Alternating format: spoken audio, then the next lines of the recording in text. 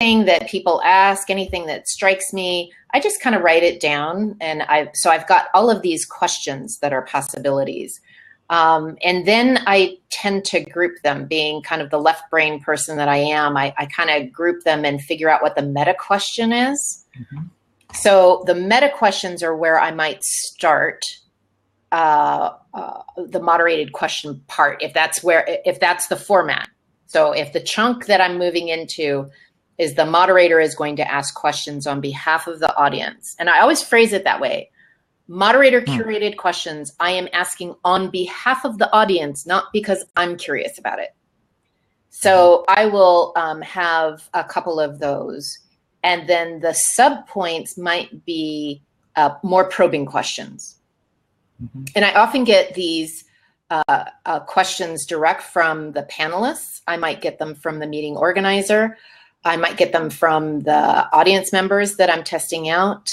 And one of the things that I love to do, Kiki, is I really don't like doing moderator curated questions with some groups. With some groups, it's appropriate. But for a lot of groups, I like to crowdsource those questions. So I'll take like the top, maybe 10, 15 at the most, but top 10. And I'll put it in the meeting app, if there's a meeting app. Where we can rank order them. I love using a tool called Slido, SLI.do. I think it's a great tool that allows people to thumbs up or thumbs down. So most of us are used to Facebook, where we like posts, we don't like posts. And so what happens is this is called crowdsourcing the questions. You give people enough time at the beginning where they can talk to their neighbors and you can talk about the topics and let people really add questions that they want to add. So then you go to the top of the list and you answer the question that's on everybody's mind. And that sends a signal very, very early on, whoa, this is a different panel. This is more about us than what is ever on the moderator or the panelists' agenda. Yeah, don't you think that that's really, I mean, I think you and I really agree about this, that bringing the audience in as giving them a say in what happens is key, and moves panels and other sessions too into a whole different realm. Yeah. I mean, just even at the beginning. I mean, one of the things that I love to do, I don't do it all the time, but it's in my toolbox. So the idea is that as a panel moderator, I have all kinds of tools in my toolbox, and depending on what's happening, who's going to be in the room, what time of day, I'll pull out a different tool. But I love this one is because most panels are talking about a certain topic. So let's say in the meeting planner world, strategic meetings management. That's a mouthful. You know, what's the first word that comes to you when we say strategic meetings management? At your tables, talk about what the one word is that just popped in your mind and why. So now you're talking there, and I've given the panelists an instruction to write theirs on a one-sheet piece of paper. So they write it on, it's actually a foam board so that it's nice and hard, and I give them a nice thick Sharpie marker and tell them to write really, really big. So then we do kind of like the newlywed game, where now we have everybody turn over their answers and the panelists kind of look at each other. I like it. So I debrief the audience first. What were some of their words? And then I have the panelists turn theirs over, and there's kind of like this, oh my gosh. And then, you know, somebody's got an unusual word, and they have to explain it. Like, why did they? And then that launches into a discussion. It already teased the panelists up that this is a discussion about, well, you wrote that. Why'd you write that? I wrote mine because of this. Oh my gosh, we have the same one. You know, so it's just a really neat way to start it. That's cool. I like that a lot. What about bringing people up? So let's just talk about actual audience interaction. I know we were talking earlier before we started about you use crowd mics, so tossing microphones around the stage. What about bringing people up to be with the panelists, have a conversation with them? What do you think about that? Yeah, so I love, and you know, this takes a stronger moderator. So every time you add another layer of complexity to the basic formula of a panel, you need to, it's even more important that you have a panelist or a moderator who can make this happen. So I love the notion of the empty chair. So let's say you have 3 panelists and you have an empty chair. You give the instructions to the audience that anyone can be in that empty chair, can participate. And when somebody else has something that they want to say, they can come up and simply put their hand on their back. I can't do that, but put their hand on the back, which is a signal that says when you're done with that comment, you need to get up and leave, and I'm going to take that chair. So it's kind of musical, a one-person musical chair. And if you really want to be a little bit more dangerous, you can do that, but either shift the ground rule at the beginning or shift it midway through once they get the hang of it, is that any audience member can do that to any panelist. Yes. Now you need to make sure that the panelists are okay with that, because some of them have egos that don't appreciate being kicked off the platform. Sure.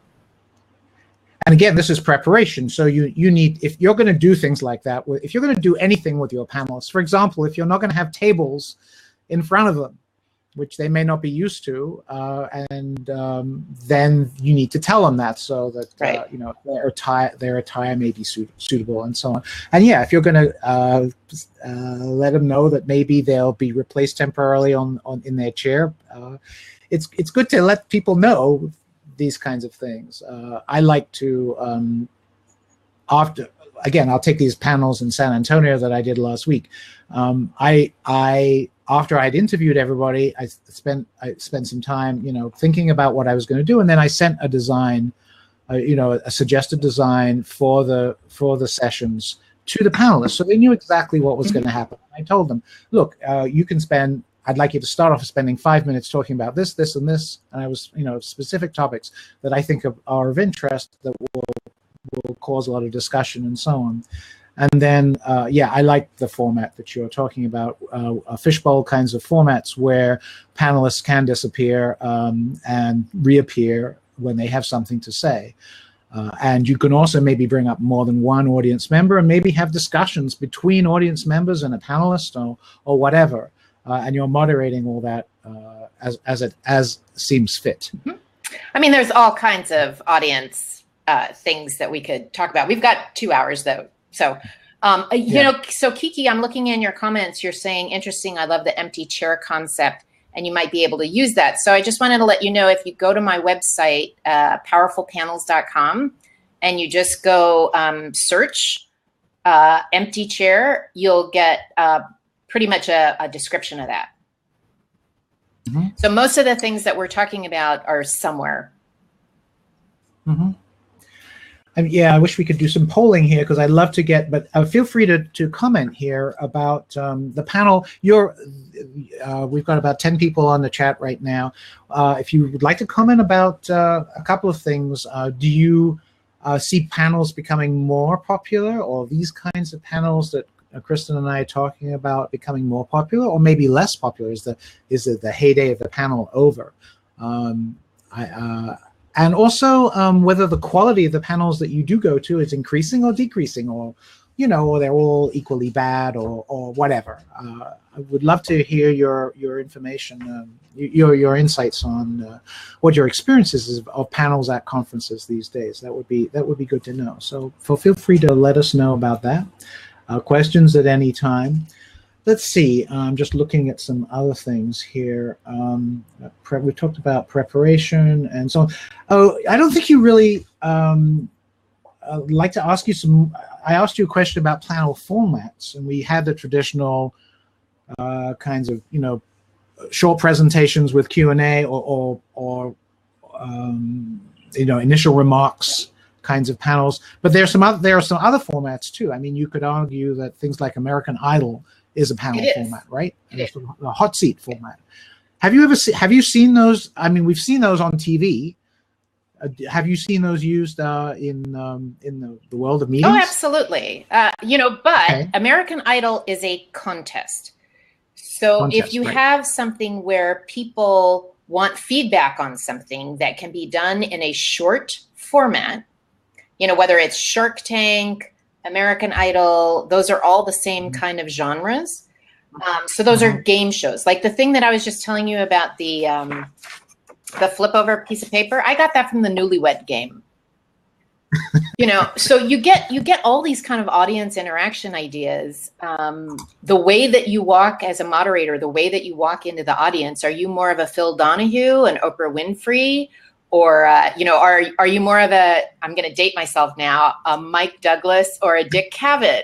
You know, those are all different kinds of styles about how you move within the audience. And so each of us have our own styles, and we pick up on the things that are around us. The one that I was telling you about on crowdsourcing, that's a different format that we use.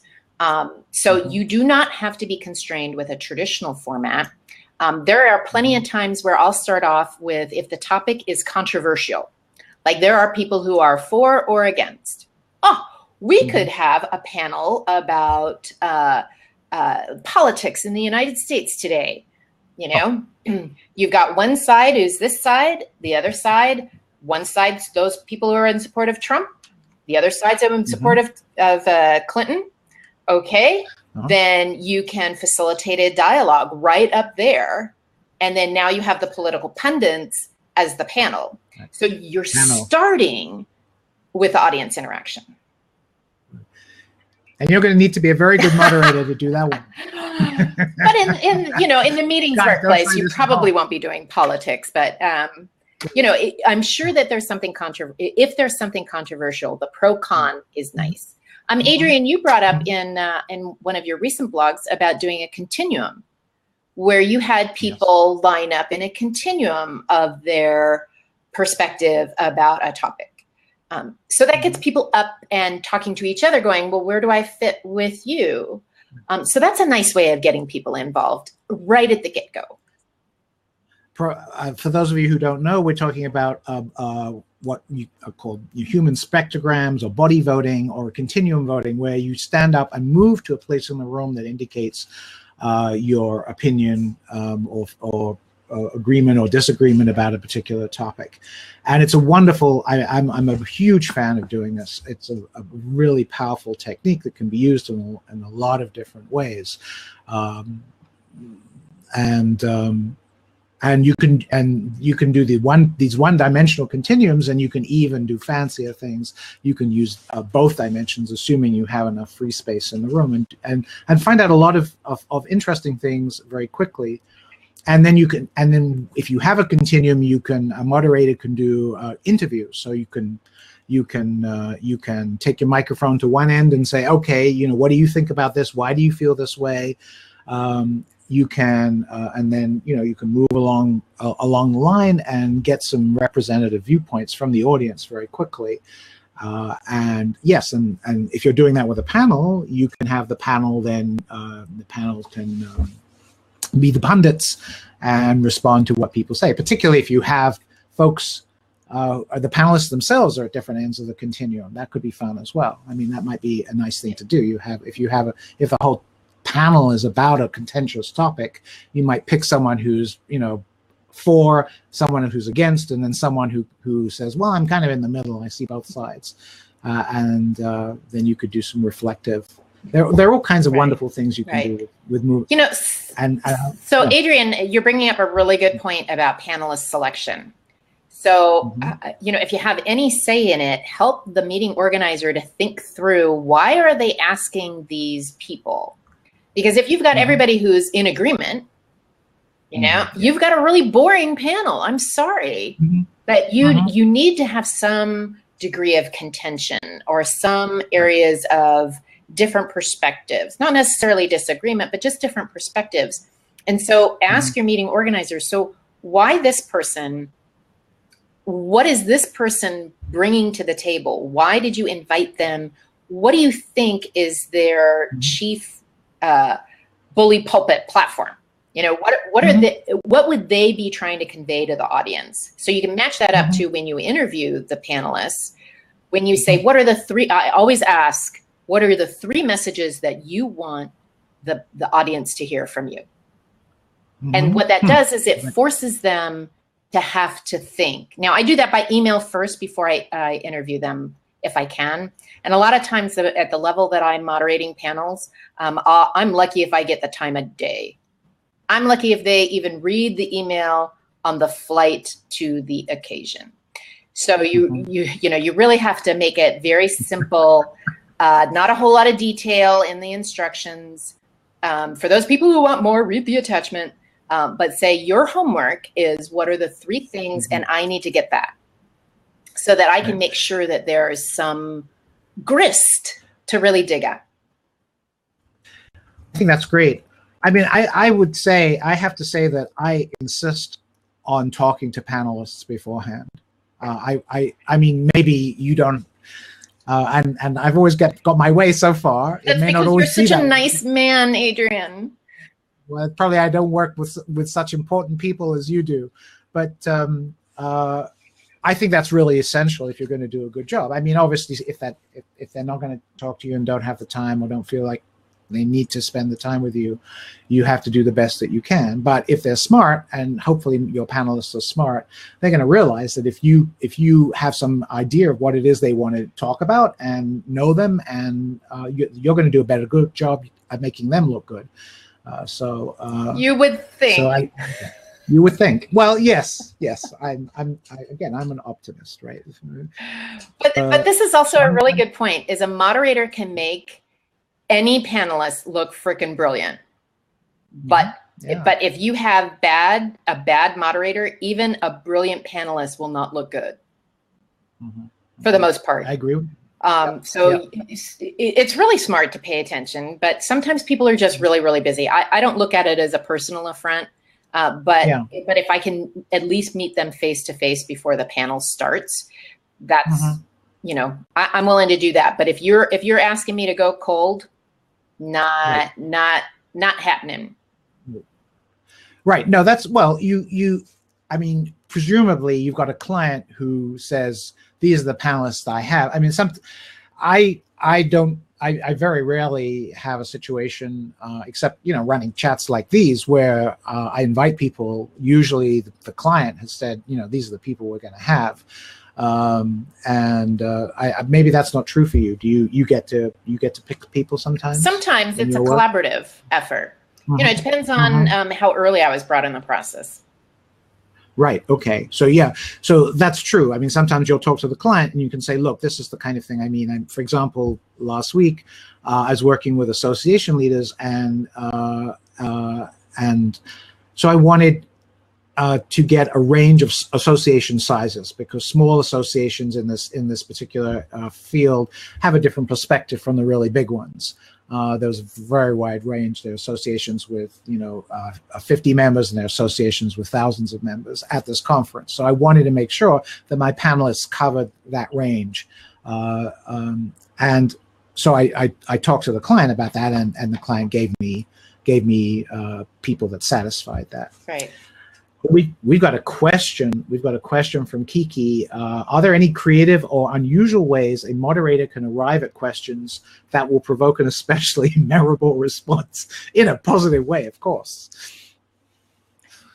That's a very provocative question, Kiki. So are there any? Let me read this because it's a mouthful. Are there any creative or unusual ways a moderator can arrive at questions?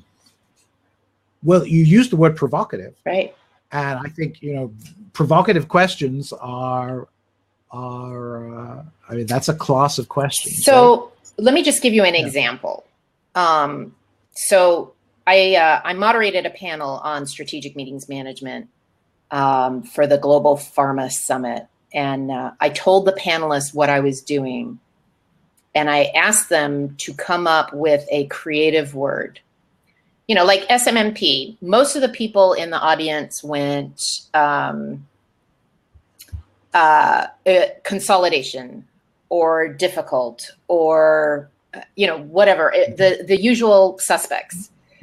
But the panelists, one of them said bacon,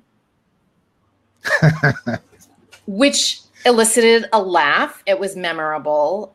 She explained why bacon, which I won't go into here. But then bacon was kind of the theme throughout that panel. Another time I did a similar panel, and the word was flossom. Flossom, in that SMMP is flawed, but awesome. Oh, flossom. Yeah, flossom. Cool. So Awesome. I was thinking of teeth flossing. Flossing. Well, when they flip it over, they're able to write it. So right, flossom. And that was a theme that actually ran through. So that was I don't know if that's helpful. Kiki's saying yes. Okay, so that's an example. I think when you ask the panelists to do homework, not a lot. Like, so what are the 3 things? And is there a phrase that pays? Like, is there a phrase you want them to say in the bathroom after the panel that if you were hidden and they didn't know you were there, you would hear that coming out of their mouth? The phrase that sounds like. I should mention, for those of you who don't know, that Kristin was once, not that long ago, 5 years ago, was the president of the National Speakers Association. And is there a phrase that pays sounds like an NSA kind of. Actually, that's kind of my word, but I think a couple of people. That is your word. Yeah, the phrase that pays. So, I like it. Yeah, it's the memorable phrase, the memorable moment, so is there something memorable that you're going to do as a panelist? And if you do, please let me know. So can I give you another example? Sure. Kiki, I think you're going to like this one. So Sally Hogshead, lots of love to you, honey. So Sally Hogshead, she was on a panel that Scott McCain did for the National Speakers Association. And this was a format that mimicked Real Time with Bill Maher. So it was Real Time with Scott McCain. So by the way, any kind of the talk shows, mimicking those, and we can go into those right after this. I would love to chat about that one. But Sally was trying to make a point about being unique, about being fascinating. And so one of her clients was Jägermeister. And so she, on the panel, brought out a bottle of Jägermeister and had shot glasses. And poured it for all. Now, we were all just like rolling, going, oh my God, are they going to drink shot glass on a panel? But it was memorable, and she got her point across about you need to be fascinating. What's fascinating about Jägermeister? It tastes like crap. It tastes like cough syrup. But they've got a niche that makes them the go-to drink in the college world. So, okay, so how did they do that? I still even remember the story because it was so unique, so unusual. So sometimes I'll work with panelists. Like if panelists really want to be amazing, they'll ask for help and they'll go, so how can I really look amazing on this one? And I'll give them some ideas. Cool. I mean, one of the things I like talking to you so much, Kristin, is that you take all this to a higher level than I usually take it, which is good. I'll take that as a compliment. No, definitely, it does. It's good. I mean, it's like, okay, I can run a panel, and I'm thinking about the audience. That's my thing. But also, it's good to think about the panelists too. And if you do, you can get those really high profile folks as well, because they say, yes, this is a really great opportunity to get my message out, to get my phrase that pays out, and without being promotional, because nobody likes a promotional panelist. Yes. Nobody does. I want to go back to something that we mentioned a while ago about, again, going back to audience involvement. One of the things that I love to do right at the start, and I've been calling this my sort of fishbowl sandwich thing, is to do a pair share between audience members right at the start before the panel goes. So, you welcome folks, and then you basically say, okay, guys, our topic is X, and I bet you all of you have something cool that you're doing with X, or something interesting or maybe unusual that you're doing with X, and I want you to turn to the person next to you and tell them about it. And I'll give you a minute to tell your partner that, and then your partner has a minute to tell you what he or she has. And the lovely thing about that is, the thing I like about it so much is that it immediately models to the audience, you have a voice, you have opinions here, and it also sets them up for basically saying, yeah, oh, there is a neat thing that I do, and maybe they're going to be more likely to ask a question or come up on the stage, or join the panel later in the discussion. So it kind of warms the audience up in a sense. Yep. Do you have some things like that other things that you do, or that you could suggest for sort of bringing the audience on board, out of the sort of, I'm going to sit here and listen to this, stuff that these experts talk about? Right. Well, the easiest thing. So let's start with easy. The easiest thing is that you have the panelists and the moderator in the room mingling with people. Like just talking to them, like going, so we're talking about XYZ topic. What brings you here? What's the most pressing challenge that you have about the XYZ topic? Make sure that people are engaging on a one-on-one basis. So I would do that ahead of time. You could put some interesting questions posted on the wall that makes people go, oh man, this is going to be a little different. Get rid of the white draped table and the little microphone stands. Yeah. Have something interesting, different seating arrangements. You could do the panel as a fishbowl where it's a theater in the round. I mean, you want to think about just when they walk in the room, is this going to say, oh, this is just a normal panel, or is this going to be something that I'm going to go, woo, that's different. Tell us more about I know you just wrote something about panels, or panels in the round, meetings in the round. You just wrote an article about that. I did. In fact, yes. I talked, it was a 3-part article on theater in the round, because I don't see speakers do theater in the round very well. And there's a very specific kind of room set and it doesn't cost much more money, unless you're like 1,000 people in the room. But I think a lot of people get scared that it's going to be really a lot of money. I remember reading that, and some great, I recommend that article. If it's something you want to do a format that people walk in the room and say, wow, this is not going to be a normal panel. Kristin has written a really good article. Maybe you can pop up a link to it. Is it on Powerful Panels somewhere? Yes, it is. Yes, it is. And Meetingsnet also picked it up, which was nice. That's right. That's where I saw it. Yeah. That's where I saw it on Meetingsnet.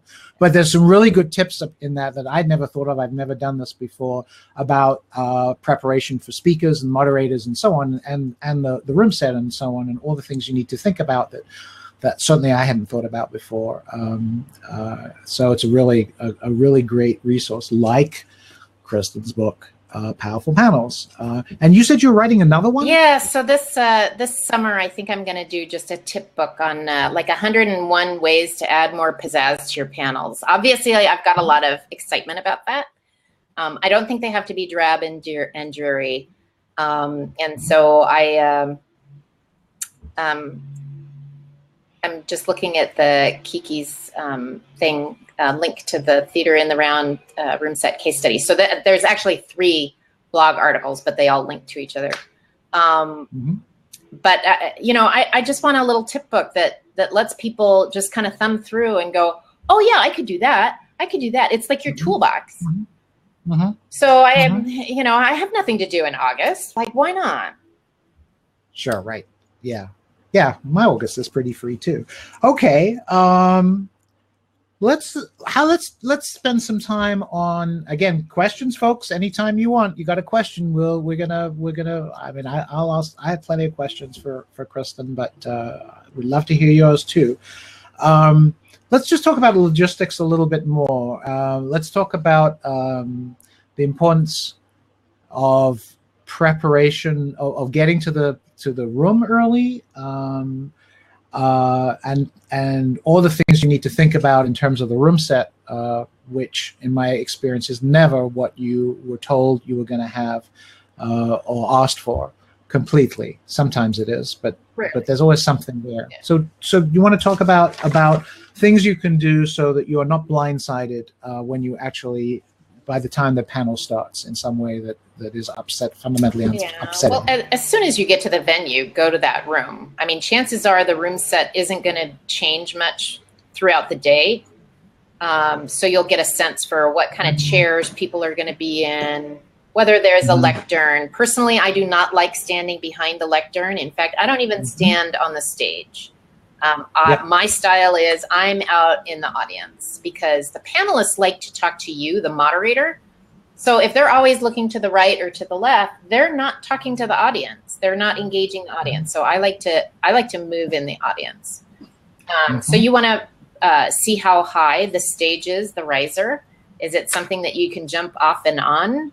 How big is the room? How many people is it seat? It's like, what drives me crazy is you're in a room that sits 500 and only 3 people or not 3 people.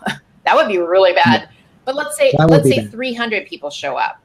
Well, if they're all scattered around the room, all of those empty seats are air pockets of dead space. And that's just awful. And Adrian, you've got some great ideas in your books about how to make sure that people are seated. I mean, just talk to this guy about room set. So yes, that's true. That's true. And chairs are really important, especially if you've got high boy chairs, which my personal favorite are good, sturdy director chairs. But you need to tell both men and women that people are going to be able to see the bottoms of their feet and up your short skirt. We had one guy who was an executive, sitting there with his legs crossed and his toes, just kind of wagging around. And he had a big hole in the bottom of his Ferragamos maybe or something. I don't know. But you're like, come on, dude. People notice that kind of stuff. So you just want to make sure that your panelists know what that would never happen with Kiki, by the way. No, Kiki, you would never have that. Okay, so Kiki, you're going to like this one.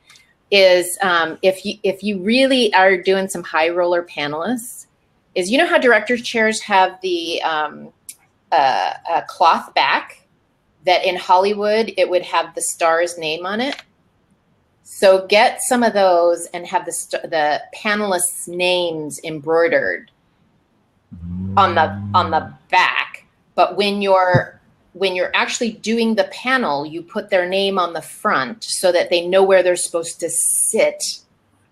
And you put that in the same order as the PowerPoint. Like I like doing a PowerPoint that has everybody's pictures, maybe their key title, name, key title, and then their Twitter handle so that we can tell the rest of the world how brilliant they are. And so then when you're done, they get that director chair, either the entire chair or just the panel, depends on how much your budget is. But then they get that as a memento. And I've had people who have almost cried. Like, really? I get to keep this? Oh, nice. Yes. I like that.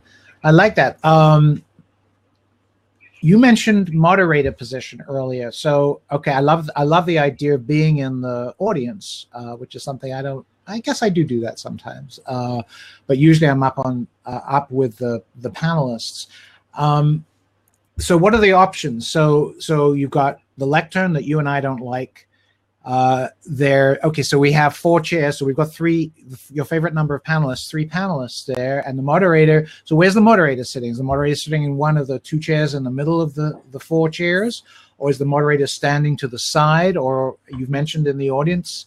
What do you think about all those different possibilities? So this is really about style and what's appropriate. So I was moderating a panel in South Africa that had the Prime Minister of Education and the CEO of South African Airways. And I mean, it was a very prestigious panel. And there was a lectern, which I did not stand behind, but I stood and I did not sit the entire time. So there was a point where, and I was always to the left. So that would be stage right. So if you're looking, you're looking at the panelists, I would stand to the left. Now in Eastern countries, I would probably stand to the right because we as Westerners, we read left to right. So you start left to right. You would introduce the panelists left to right. So you want to think through the order about how you do those kinds of things. And I don't really like sitting with a panelist because I'm not a panelist. If you are a subject matter expert, and you know that you will be contributing on some level, you can sit with a panelist. So this is a strategic decision. Do you sit to the left, to the right, or is this going to be a more contentious debate-ish kind of thing? In which case I might sit in the middle with the conservatives on one side and the liberals on the other side, for example. You know, so what you do has to be very, very strategic. Don't just do it because it's your most comfortable spot, but do it for what you think is going to be appropriate for the venue, what's appropriate for the panelists, but most important, what's appropriate for the audience. Yeah, I think, I mean, I hadn't really thought about it too much, but yeah, if you sit on the left or the right, for me, that would be more of a more formal setting where you're sort of ceding a certain amount of control to the panelists. I have to say, if I'm sitting with them, or with audience members in a fishbowl, I like to be in the middle. So it's like, yeah, I'm kind of guiding things and so on. But there are negatives about that in that you have to kind of, you know, go from left to right and duck out of the way if two people on either side of you are talking to each other. So, you know, I don't think there's any one. No. Now, doing it. I will have a seat. I was just thinking through my answer going, oh, she never sits down? I will if it's more of a fireside chat-ish. You know, you're looking for a more intimate. I was talking to the late, great Warren Evans, a Canadian who is just a masterful moderator. And he was moderating a panel with a client company. And one of the things that he heard from potential audience members was that the leadership team, who's going to be on the panel, did not appear to be very cohesive, that they were not collaborative, they weren't working well together. And he went, okay. So he suggested to the leadership team, how would you feel about everybody sitting on a very small couch together? And they said? And they went, that's interesting, because, you know, they're used to sitting behind a draped table or maybe, you know, big, oversized, stuffed. And he said, because there's a feeling that you guys don't work together. Do you work together? And they're like, oh, yeah, you know, because it sent the subliminal message, we are collaborating. I mean, it wasn't a teeny weeny tiny couch, but I've got a picture of it, and it's like a settee of some sort. I don't even know what a settee is, but a settee. Settee. But I thought that was a really strategic choice about the furniture. Well, it's interesting. So there you have the sort of moderator being consultant in some way, saying, and you've mentioned this, how you can. And I love the fact that you can put yourself in, or able to be in positions sometimes where the panelists are saying, oh, you can help me with this? Right. I'd love that. Right. And so on. I usually don't get asked, put in such exalted roles. I just get asked to, you know, moderate things. They're all exalted, Adrian. They're all, every panelist has their ego, every situation and attitude, you gotta put it all in the cauldron and stir it around and figure out what's going to be best for them. You know, we're talking about room set and chairs. I have a favorite saying. I keep having my earplug fall out, but a favorite saying of that you've got to find the Goldilocks chairs. So these are not the chairs necessarily that the venue will provide you. I always try to call the venue if I can't get it from the meeting organizer. Usually I can get it from the meeting organizer, and I go, so what do these chairs look like? So you could have little bar stools that people are sliding off of. You could have these big, oversized stuffed chairs that make everybody look like Lilliputian midgets. Or you can have something that's just she says from the world of Scottsdale, where on all the chairs in Scottsdale like that. I'm sorry. Stereotyping. Anyway, I interrupt. So you just want to make sure that the chairs are appropriate for the panelists. And then I like suggesting audience style seating for the audience. Most hotels will just line them up like classroom style. And there's lots of very innovative formats. And Adrian, again, I defer to you. You're the guy on that kind of stuff. So, you know, it's very easy actually. You basically want to set chairs, you set them to the long edge of the room. I mean, there's like 3 principles. Set them to the long edge of the room. So I ran this thing in a very long, skinny room. These meetings last week. And we were set. Actually, the room was set when I got there to the long edge of the room. But you've seen so many rooms where the speaker is at this long end, the sort of far end of this tiny skinny room. Alley. Yeah, exactly. The bowling alley set. So there's that. The other thing is you set every chair so it faces where the people are the panels or the center of the action is going to be. So everything is curved. You know, the room sets are curved, so you don't have to go like this because you're at the end of a row and watch this thing for 30 minutes and at my age have a terribly uncomfortable neck. And finally, if you want to have your audience do stuff or you want to wander around the audience, you need lots of aisles so that it's easy for the audience to move around or you to move around. That's about it. You know, use those rules and you guys, you'll have a great room set. But hardly anyone ever does. That was easy. Yeah. And Kiki has a long comment here that I want to read. Proactively working on the setup. Exactly. Yeah, you should. Kiki, yes, I agree with this. And I'm sure Kristin does too. Stop letting the setup be decided for you. There's no reason why you can't. I mean, you need to lay that down with the client and say, look, okay, this is what I want. You need to know what you want. If you know what you want, if you want a room set like what I just described, you ask for it, and then they'll tell you whether they can give it to you or not. And you get that signed and sealed. You get to the venue, and often you do find that it's not the way you want it to be. But unless it's, you know, and if it's 500 chairs, that's a problem. And if it's 50 chairs and I'm there an hour early, I don't mind, you know, fiddling around, changing them myself.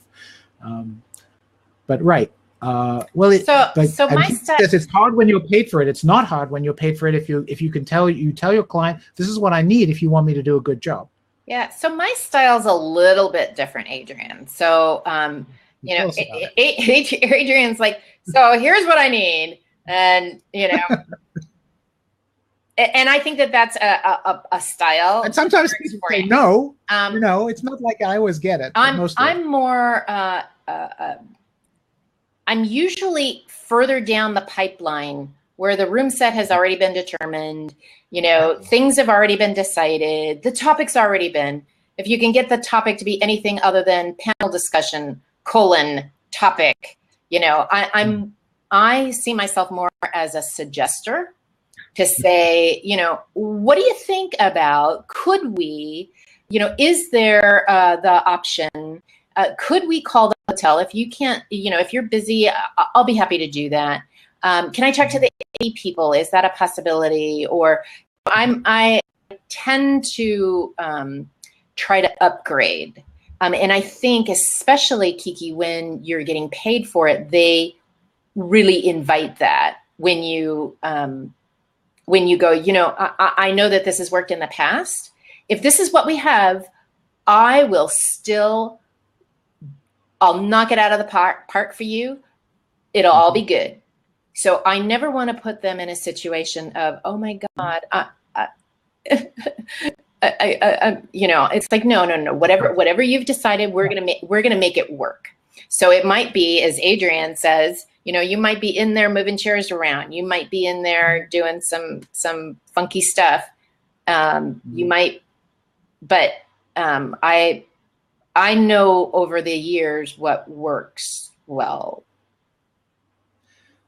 Yeah, well, it's interesting. I'm interested that, you know, that you have in some ways that, you know, in terms of you and I describing our experiences with clients, that in some areas I feel like you have more freedom with the client, and in some areas I feel like, it seems like in my experience I have more freedom, and it may be because we have different kinds of clients. You know, mine are usually association clients who are for some reason have decided to hire me and assume that I know what I'm doing. So they actually are more likely to ask me for advice. Yeah. So I have a dear friend and colleague, Sarah Michelle, and she works for Velvet Chainsaw Consulting. Yeah. And she does a very unique kind of room setup. It's kind of a panel. It's kind of a theater in the round. It's kind of a neighborhood. I mean, there's a lot of different moving parts to it. And she is very prescriptive about what she needs to be successful. And so when you're doing a specific kind of panel, like they go, oh, I saw you do that at, XYZ association, and we want you to do the exact same thing. Then I think you should be prescriptive, and you should actually have the prescription of all the elements that they need written out, as well as you tell them, so that they can be as successful as you can. Right. I've seen her do, I don't know if a panel, but a session in the round. It was actually with Eric DeGroot at a PCMA conference in Boston. Yeah, it's interesting. Well, but and I hear what Kiki is saying. She's saying, you don't want to be the prima donna speaker from hell, and that is a risk that you have. And so my preference is to push politely and say, look, I would really like this if we can do it, and and see what I can get. And if I can't get it, then we do the best that we can. We always try to do the best that we can. We are professionals. We will get it done. But okay. I keep going back to things that you said, and then we went on to something else and so on. So, then I remember it, and I think, okay. So you were talking earlier about having slides, maybe, or having, and you talked about having presenter slides so that people know who the presenters are up on the screen. So a couple of things. First of all, where should that screen be? Should it be above people's heads or to the side or either? What do you have any preferences about that? So my preference on that is really dependent on the room. I mean, you've written about this. So and how much budget and all that kind of stuff. So I don't really get worried about that. I don't get all bollocksed up. I personally, in a small room, I like the screen to be in the left corner. I don't like it to be in the middle. I hate middle screens. I hate that. Unless it's above people's heads. Right. But other than that, I limit presenters to 1 to 2 slides. They must give them to me 24 hours ahead of time. Good advice. They may not come up on the day and say, oh, can you just switch that out? That answer would be no. I have them loaded on my computer. I will control them. You will not. We will not trade computers. We will not go into any of that happy stuff. If you need me to jump from one slide to somebody else's slide, I can do that. I'm very well adept at doing that. And then as long as it's all in one presentation, and you take, that's why you need it. At least I'd say more than 24 hours, because then they don't give it to you 24 hours. They give it to you at the last minute anyway. So I ask for it days in advance. And then if I get it 24 hours, I still have to, it's enough time for me to send them, polite, escalating messages saying, I didn't get your slides yet. Need them. Right? Yeah. Yes. Oh, you get to see the UPS van come to my rural passing. Nice, backing in too. I arranged that specially on my 600-foot driveway. Yes, he's gonna come. He's gonna come to my door, and it's gonna be locked. And my friendly UPS driver is gonna wonder why I'm sitting here and not opening the door for him. I think it's locked. Will he drop the package off? He'll drop the package, yes. Yes, I've had the same UPS driver for years. Anyway, that's an aside. One thing about the screens, one thing I like to do with presenter bios is, and I very rarely let panelists have a slide at all during the session, but I guess I would consider it, is to have their bios on a rotating automatic, advancing screen display, and have that rotating on the screen when people are coming into the room. Yep, that's a great idea. Yep, I like doing that with some music, maybe as well, you know, to sort of set the mood. Kiki is leaving. That's right. Yes. Well, oh, she's very. Thank you, Kiki. Kiki is really great too. She runs Association Chat, for those of you who don't know that, and she does a really great job. But she said some nice things, which I appreciate. So let's see, what else do we have to talk about here? Yep, he's. So somebody actually put a note about mimicking talk shows. And I oh yes, talk shows. Yeah. Thank you. So I just want to talk a little bit about that. In that, if you know of a talk show that the audience watches for the most part and is familiar with, so it's in the popular culture. Not everybody, but so for example, for years, David Letterman. Pardon me? What? I was saying I don't have TV. Kristin, oh, you don't have TV.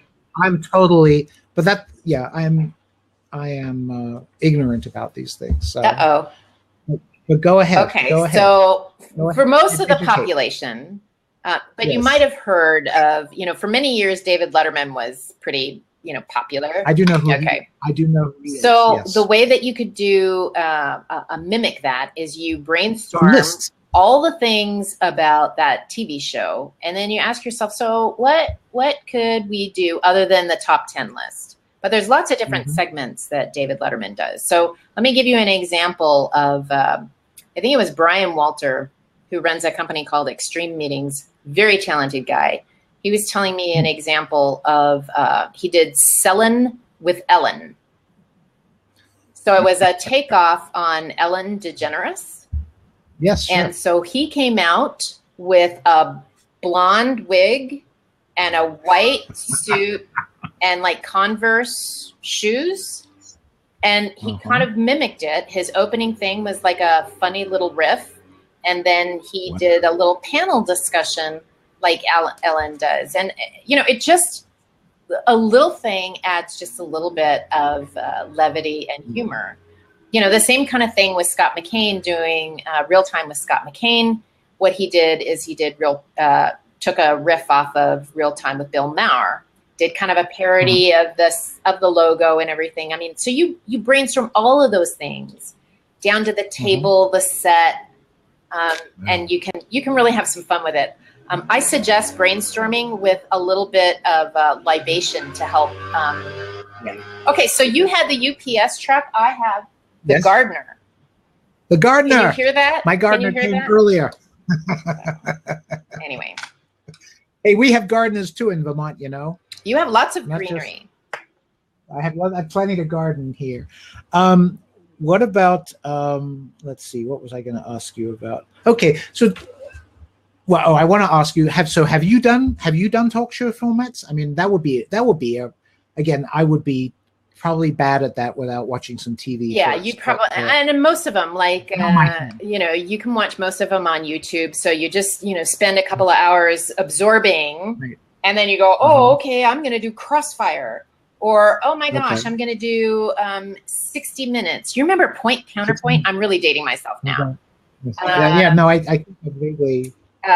You know, you just absorb. And then you ask yourself, so what in there could we replicate that would be interesting and fun, entertaining for the audience? And then replicate it. But you're still meeting the promise of the promotional material.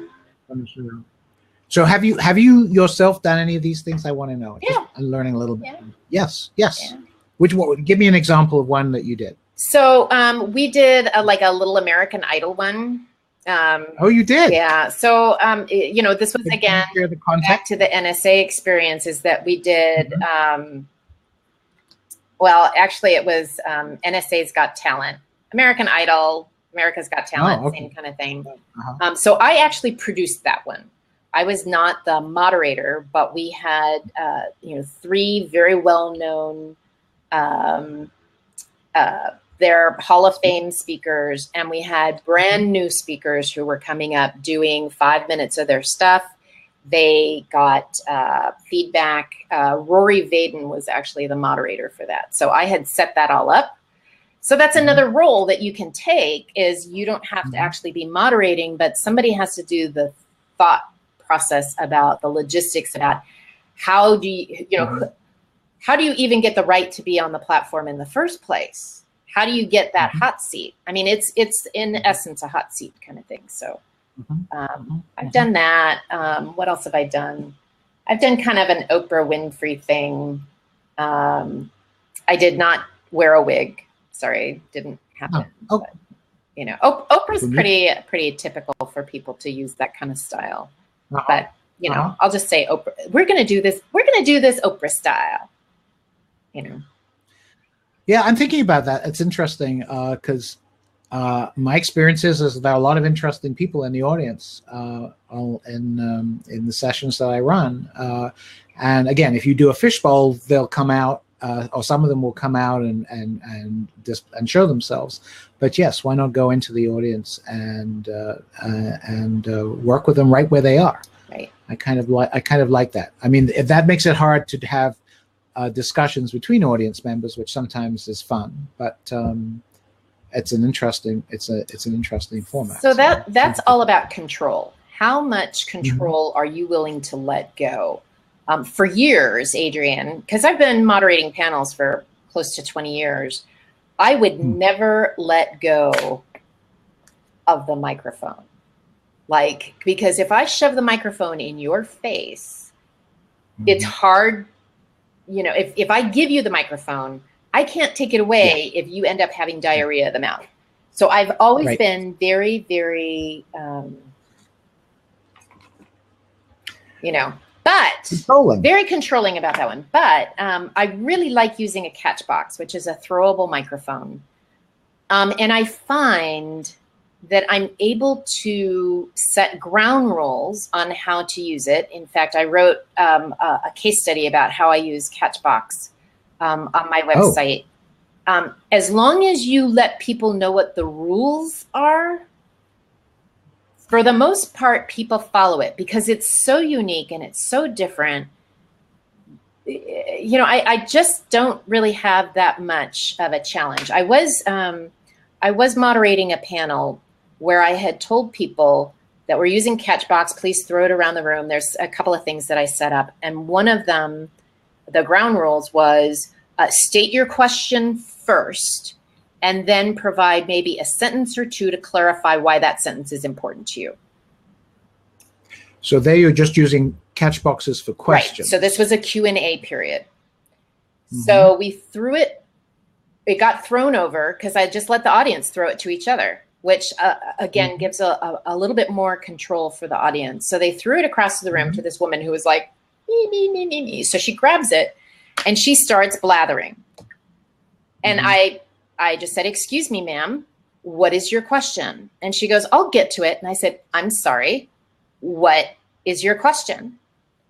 So I have no problem reinforcing the ground rules as long as everybody, you know, I state what they are. And actually the audience will thank you, because otherwise we would have been trapped for 5 minutes listening to this woman tell us her story of woe. We don't care. We want to know what you're, and her question was actually a good question, but we didn't need to know all of that kind of stuff. So we finally got her to ask the question. She wanted to get in it a little bit further. And I said, I think we've got it. So Mark, what's your, you know, so you're kind of playing traffic cop in some respects. Yeah, sure. Right. I think that's an issue that we've sort of segued into an issue that I was going to ask about maintaining, you know, enough control, you know, the right amount of control. What's the right amount of control? And again, if you set ground rules for the Catchbox, so have you ever used the Catchbox to allow audience comments, to allow with the possibility of blathering? And if so, what are the ground rules that you provide beforehand so that someone doesn't just grab the thing and talk for 5 minutes? So it depends on how you want to set it up. But for example, I've done a pro and con. So let's say one side is pro, you love panels. The other side, you can't stand panels. So I'll use the Catchbox because it's just me. If I had two people, two moderators, two microphones, then I could have a roving reporter on the other side and I could do this one. But the catch box adds a little bit of more fun and element to it. So depends on what the audience needs. Again, getting back to the audience, sometimes having the roving reporter is better than using a catch box. But what I'll say is this is meant to be a pro-con. What do you like? What don't you like? So tell us what you like, then throw it over to the other side. You get to rebut that comment. Then you're going to throw it back. So if you could make sure that your comments are pretty concise so that as many people can get an opportunity to say their opinion, I'd appreciate it. I love that formulation. Make sure pretty concise. I'm writing it down. Pretty concise. Now, so that as many people as possible. Now, if they start going long-winded, I'll start walking towards them. Yes. All you have to do is start walking towards them, and they'll go, "Oh, yeah, I need to, wrap it up." You give them a look. The look. Yeah. Some people will just start going like this. Right.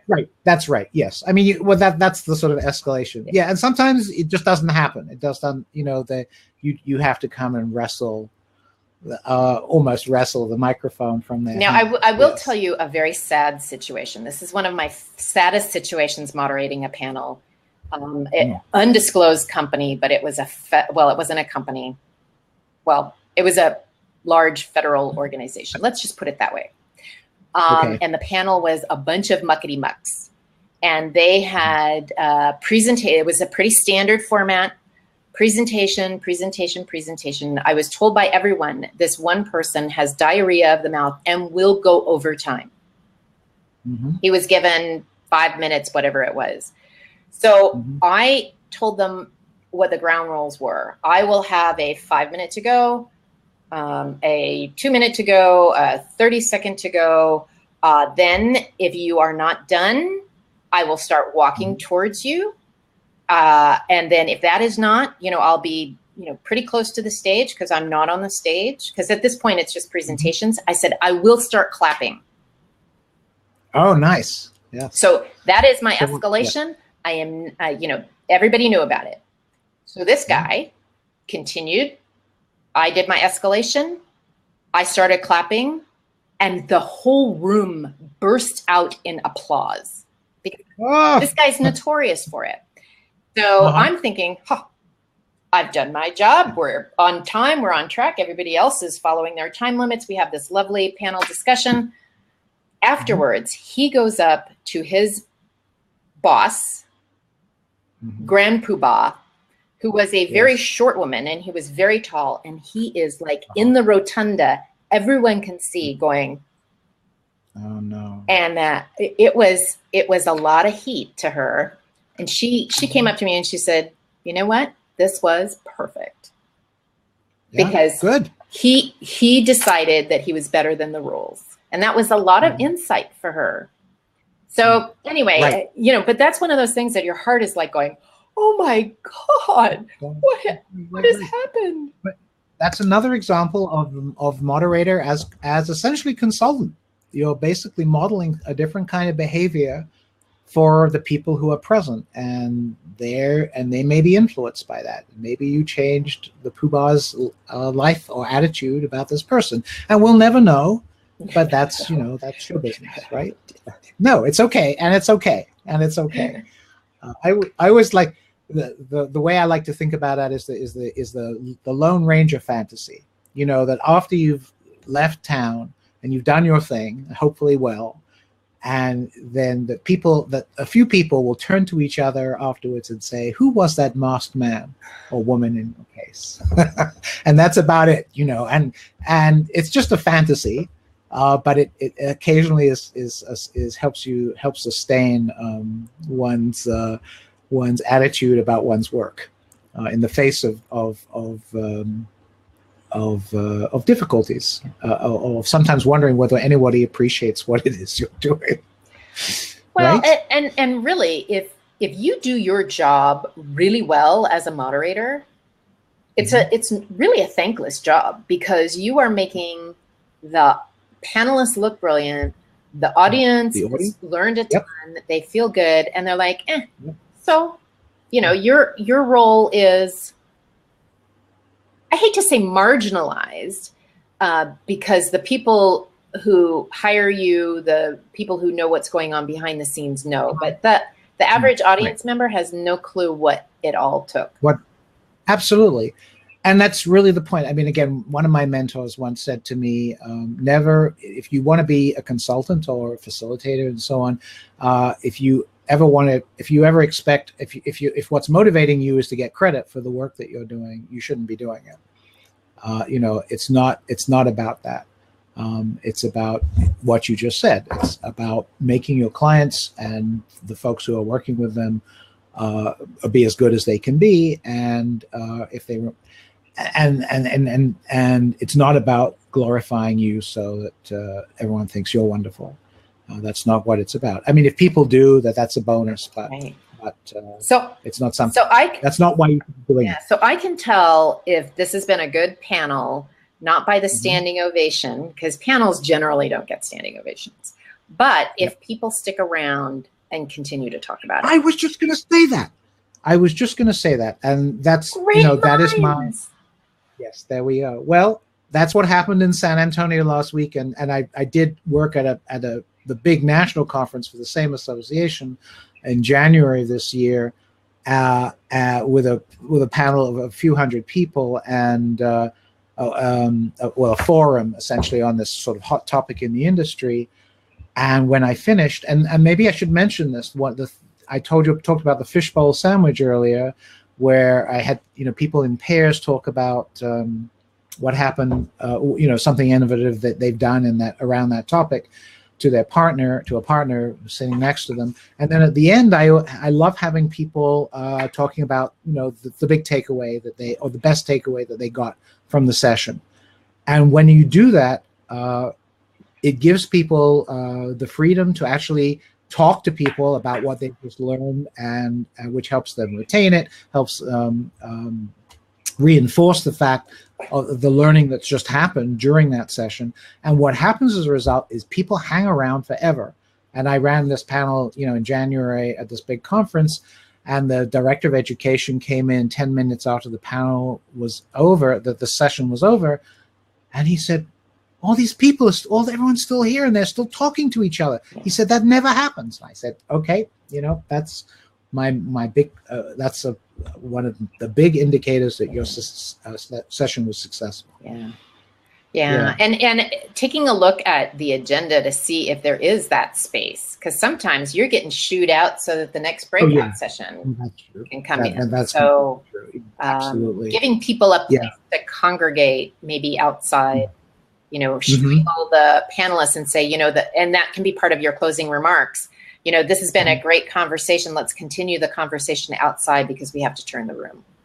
Right. That's right. Yeah. And that also goes back to, I mean, that issue about room sets. And you mentioned that very often that does, you know, there's a session that they need to turn the room right after you. And sometimes, you know, there's a different room set beforehand, so it limits what you can do in the room, and so on. Or there's a projector sitting in the middle of the room because the next presenter is going to need to use it, and so on, and you have to leave it there because there isn't time to change the room. But yeah, I agree. I mean, I do agree. I think if you've created a situation where people hang around and talk to each other afterwards, you've done a good job, and that's how I console myself. Or there's ice cream at the break. Ice cream at the break is good. Yep. They're not going to stick around if there's ice cream at the break. Well, that's true. That's true. Right. Well, or there's the raffle if you stay to the end of the session, right? That's always a good one. That works. That does work. What was I going to say about I forget. Never mind. Okay, what else have we got to talk about here? Time is flying by. We have about 25 minutes left. We still have 10 people on this chat who have stayed remarkably constant the whole time and very quiet. Guys, you have Kristin is an amazing resource. How about some consulting? Any of you brave enough to share a particular situation that you have with here's my situation, or here's a situation that I heard about that a friend of mine got into. What would you do? What are the questions that you have? This is an AMA, and I love talking to Kristin, as you can tell, and we are having a good time. But would love some questions from you if you have any. Or maybe we're just doing such a great job that you're spellbound, and that's okay too. So let's see. I know one thing I wanted to mention is corporate sessions settings. Sure, use the word ground rules. I've started using, this is my sort of hippie background. I started using the word covenants. I like the word covenants. I just thought I'd mention that in case you're they're just agreements about how we're going to act while we're together. I don't really use ground rules either. Covenants, that doesn't flow trippingly off my tongue. That's fine. No, I'm just saying that you use the word ground rules several times, and you say, and you don't actually have to use the word ground rules when you're explaining ground rules to people. You just have to say, this is what I'd like us to do while we're together, and so on. But if you're gonna, anyway, it's just that's an interesting nuance. I've never really thought about it because I don't really use the word ground rules because that just sounds very trainer. I agree with you. I just say, in order for this to run pretty effectively, can we agree on a couple of things? And I never try to overload with too many. Can we agree on a couple of things? And then you don't actually, I'm being mean here, but then you don't actually ask for agreement. I do too at the end. And I go, can we all agree to that? And then everyone nods. And then if they don't, I'm like going, a nod at this point would be helpful. That's right. But yes, but if you that makes it a little bit more levity. I know. Right. Okay. Yes. Of course. Okay. Well, we won't go there. I will sometimes when I run workshops for a while, if I'm with people for a day or so, I'll have people actually stand to indicate agreement. Okay. Which is very simple. Assuming that people can stand. If they can't stand, they can stick their hand up or something. I like it. It's a very simple thing. Lynn, great to see you. I hope you enjoyed this. Let people know about the recording if you think it's valuable. We're recording all of this. Good. She did. Excellent. The standing thing is very neat because it's this minor thing, but it actually makes people, by having people actually do something, standing is better than a nod. And it also, I have never not had everybody stand, but with a small group, if that ever happened one day, I'd say, okay. Then if you say, everybody standing, sit, everybody sitting, stand, and then you talk to those unfortunate people who have decided to make a stand. It hasn't happened yet, but I'm ready for it. I think. Usually at the beginning, most people are pretty compliant. They don't want to, shake the boat too much unless they're real curmudgeons, in which case they're not going to stand anyway. I was watching a panel discussion a couple of years ago, and the moderator told me to turn to my neighbor and share, I bet you're doing something interesting. And the guy looks at me and he goes, why the heck, used a different word, why the heck would I want to talk to you? I didn't come to talk to you. I wanted to talk. I wanted to hear from the panelists, the expert. Yes. And, every once in a while you're going to get a little curmudgeon or somebody who has that scowl on that face. And I do not pander to that person. Me neither.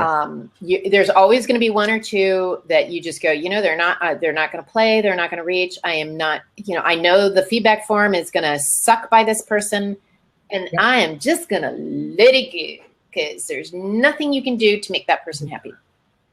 My experience is about 2% of my audiences are they want something completely traditional. I just want to sit here and listen to stuff, and maybe I'll pick up a great idea, and maybe I won't. Maybe I'm exhausted because I hate my job, and etc. and so forth. And there's not much you can do about that. But yes, I wrote a blog post about that called "You Can't Please Everybody," and so don't stop trying to, because if you try to please everybody, you'll please nobody, right? I think there was a song about that. Can't please everyone, so you Oh, yeah. got to please yourself. Yeah. Oh, I like it. Da, I like da, it. da, Right, da, right. da, da, da. Who knew? Who knew? But you really have to please the audience. That's my promise, is that I need to make sure that the audience is well served. Right. And coming back to a theme that we've talked about on and off throughout this whole chat, the way you do that is by involving them and giving them some power to actually choose what happens. I talk about, as you said, if you've got a polling thing, say, okay, let's find out the top things you really want us to cover here, and so forth and so on. And the lovely thing about that is that even for the person who has something that doesn't get covered at all, they can see that. They can say, okay, I have this thing that I wanted dealt with, but no one else is particularly interested in it. And though I'm disappointed, at least I understand why it didn't get covered. Right. Whereas if you don't ask them that, it's like, oh, this was useless. I had this thing, right, I wanted to have covered, and they didn't talk about it at all. It was terrible. So here's another thing that you can do is make a promise that the panelists will get back to all the questions that were submitted electronically that we didn't get a chance to.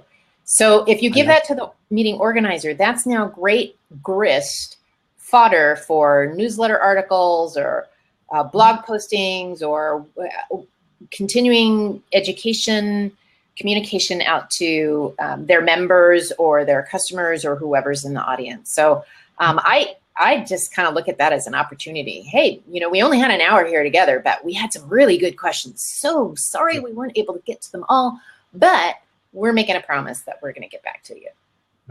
Right, that's right. And yes, and people that love that. I mean, let's just talk about, so one of the things I realized I had a problem with was that is when you have meetings.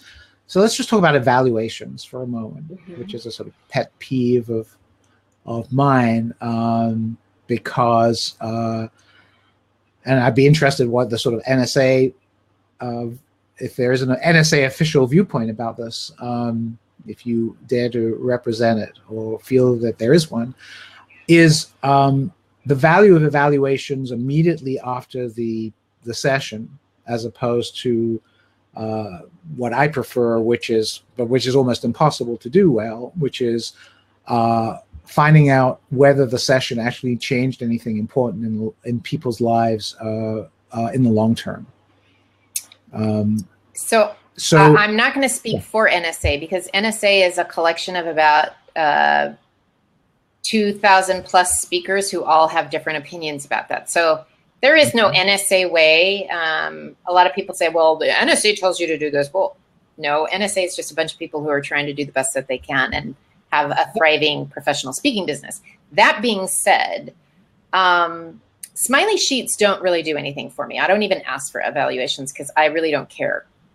I want my meeting organizer to be happy, and that meeting organizer is going to have people who walk up to that person and give them that feedback. If somebody is really unhappy, trust me, so you'll get the two sides of the range. Everybody else is in the middle. I really, I'm assuming I'm going to do a good job. There might be something that I need to pay attention to. I had a poppy seed stuck between my teeth, and I shouldn't say, drop the 4-letter bomb or something, whatever it is. I don't really worry about that. One of the things that I can do and I offer to my clients, and very interestingly enough, they very rarely take me up on this, is that I've pretty much automated a process where people can enter in the things that they take away, their commitments. And so I can feed that back to the meeting planner and just say, here you go, here's what people are committed to. And then that's grist for ongoing education. But they can take it, this is the part that they don't really go, because it costs a little bit more money, because it takes a little bit more time for me to do it, is if, Adrian, you signed up for 3 things that you're going to do as a result of this session, then in 30 days, I'm going to send you an email saying, so Adrian, you said you were going to do X, Y, and Z. How you doing on that? We'd love to know. And that if you respond back, then you get some kind of, spiff that that the client is offering or that I would offer. So now I have data that I can feed back and say, 80% of the people who attended, who submitted some information, they're 3/4 of the way done, or they did squat nothing, or beware of what you ask for, because you might get information that they don't want to hear. Well, sure, but on the other hand, or pay for. Oh, pay for. Yeah. Well, on the other hand, but I think that's one of the aspects about these things is our presentations, panels, whatever it is we do when we come to meetings, how much are they feel-good exercises, which are, at one end where, okay, so everyone, I'm being really cynical here, says, yeah, this was just really great. I had a great time. I was entertained and so on, and nothing changed in my life at all, which may not be what the client wanted, or maybe it is what the client wanted, though they would never tell you that, or they'd be satisfied with that. Was this really tough? And I learned some things, some unpleasant truths about myself, and I decided to make changes in my life. Or maybe I learned some great things as well that allowed me to make some changes that will benefit my clients in some way. And you can't really measure that on an immediate basis, because how we feel right after a session does, I think, have very little correlation to what actually people do as a result. Well, and I think panels are a little bit different than a traditional breakout session, because for me, panels are like the Wizard of Oz moment. They're the let me get the peek behind the curtain. Let me see the stuff that I can't get on YouTube. I can't read in a blog posting. I want to see that spontaneous interaction between brilliant people talking about a topic that I am particularly interested in. And when you pull the curtain behind, I think I have to process what that means to me. And so I'm not going to be able to immediately, the meeting apps coming out now are great. They immediately ding you and say, you'll get 5 points if you fill out this evaluation right now. What are you going to, it's like, that was a really interesting discourse I saw between Adrian and Kristin. And I know that there's maybe a couple of takeaways. Like I need to be more intentional about my selection of my panelists, or I can be more innovative in my format. Does that really lend itself to an action that I'm going to take? I don't know. I'm probably going to have to think about that before I can really take it to the next level. And so I think panels are a little bit different in that they're less objective oriented. And that's one of the reasons why I like panelists to say, what are your 3 messages? Because I want people to reframe things differently in their head. That's really what panels do, is about reframing, reshaping the conversation in your head and helping you do things better, differently. But that is about I need to write that down. That was really good, Adrian. That was good. Okay. So yeah, well, we got it. We're recording all this, so you can go back to, whenever it was near the end, and because we are near the end. We are. See how time flies. I'm enjoying this, but you're right. I've written down some things here and so on. But yes, at the moment, and I'm thinking that's a really good idea that Kristin said this, and I captured that. Will I be using it 3 months from now? Will it change how I do panels or how I work? I don't know yet. So going back to my point about evaluation. So there's a very pragmatic aspect of what I was talking about earlier, where you get everybody talking to each other animatedly at the end of the session, and they never fill out the end of the session evaluation because they're so happy talking to each other, which is great for them. But it does mean that at a lot of my sessions, I feel like I get this common response from the organizers later that said, yeah, here are your evaluations, but there weren't very many of them. And so I'm sort of torn by the fact it's like, yeah, because I did a really good job having people spend time with each other, talking to each other, which they were far more interested in doing than filling out an evaluation. Anyway, I don't know how to deal with that. And I just I don't work for evaluations. It's really nice to hear you say that, because and ultimately I don't either. Sometimes you do what you do, and you feel intuitively that you're doing good, but it's nice every now and again to have a few people say, yeah, I think that's true. Now I will tell you one thing that I do is, yes. So every panel that I do, I write up the schema. So, it's got, here's the agenda, here's the things that I'm going to do. And then after all is said and done, I'll turn it over. And I do this with speaking too, and facilitation. So any event that I do, and I write down, it says standard debrief. Here's what I think went well. And then I draw a line, here's what I would do differently, not a negative, but a delta sign.